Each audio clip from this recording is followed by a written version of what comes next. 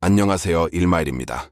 먼저 2026년 첫 번째 프로젝트인 매일 QLD 1주씩 매수하기의 28일차 매수, 두 번째 프로젝트인 매일 TQQQ 1주씩 매수하기의 18일차 매수를 모두 완료했습니다.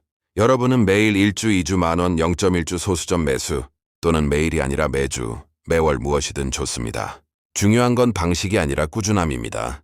TQQQ와 BITX 프로젝트의 현재 계좌 상황은 영상 후반부에 말씀드리겠습니다.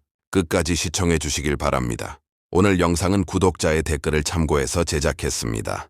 가장 잘하던 투자자가 가장 마지막 1년에서 무너지는 구조를 보여드리는 영상입니다. 기간은 2012년 10월 14일부터 2022년 10월 13일까지 10년입니다. 방식은 매월 100만원 적립식이며 종목은 나스닥 2배 레버리지인 QLD, 나스닥 3배 레버리지인 TQQQ, S&P 500 2배 레버리지인 SSO, S&P 500 3배 레버리지인 UPRO, 반도체 3배 레버리지인 SOX3고 각 종목당 매월 20만원씩 투자합니다. 총 투자금은 1억 2,100만 원입니다. 이 조건 장기 투자자로서 거의 최상급 조건입니다. 그런데 문제가 언제 터졌을까요? 10년이 거의 끝나기 1년 전 2021년 11월 22일 이후에 터졌습니다.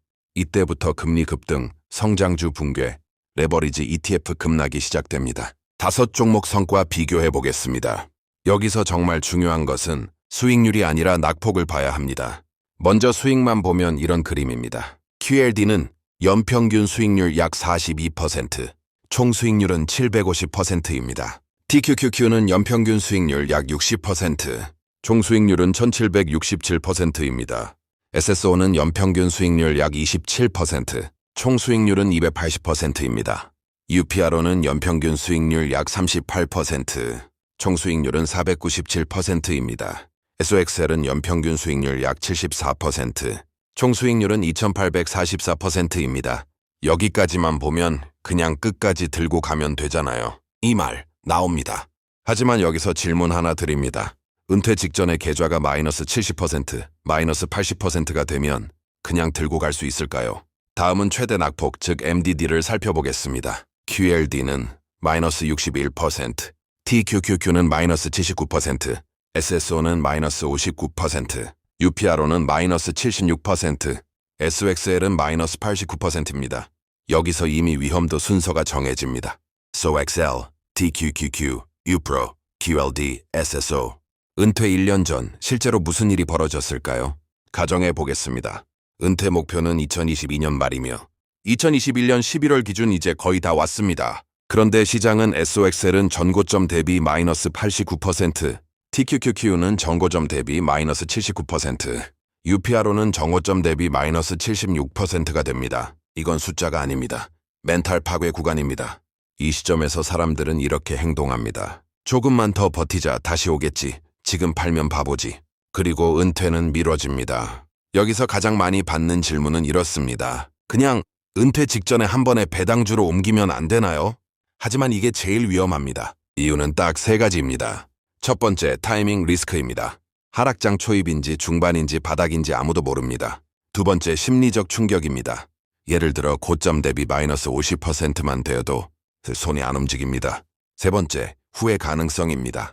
옮기자마자 반등하면 괜히 판게되며 다시 원래 포지션으로 복귀해서 리밸런싱 실패가 됩니다.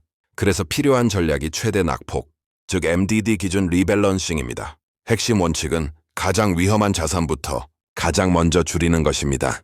수익률 아닙니다. 보유기간 아닙니다. 최대 낙폭, 즉 MDD 기준입니다. 실제 권장 이동 순서는 다음과 같습니다. SOXL, TQQQ, UPRO, QLD, SSO. 이유는 SOXL과 TQQQ 그리고 UPRO는 회복 시간 자체가 은퇴 시점과 안 맞습니다. QLD와 SSO는 하락 후 회복 가능성이 존재합니다. 다음은 제가 생각하는 은퇴 5년 전 로드맵입니다. 편의상 포트폴리오 5종목의 비율이 모두 동일하여 20%씩 차지하고 있다고 가정하겠습니다. 은퇴 5년 전에는 성장 90%, 배당 10%로 리밸런싱합니다. 최대 낙폭이 가장 큰 SOXL부터 줄입니다. 은퇴 4년 전에는 성장 80%, 배당 20%로 리밸런싱합니다. 남아있는 SOXL을 줄입니다. 은퇴 3년 전에는 성장 70%, 배당 30%로 리밸런싱합니다. 최대 낙폭이 두 번째로 큰 TQQQ를 줄입니다. 은퇴 2년 전에는 성장 60%, 배당 40%로 리밸런싱합니다.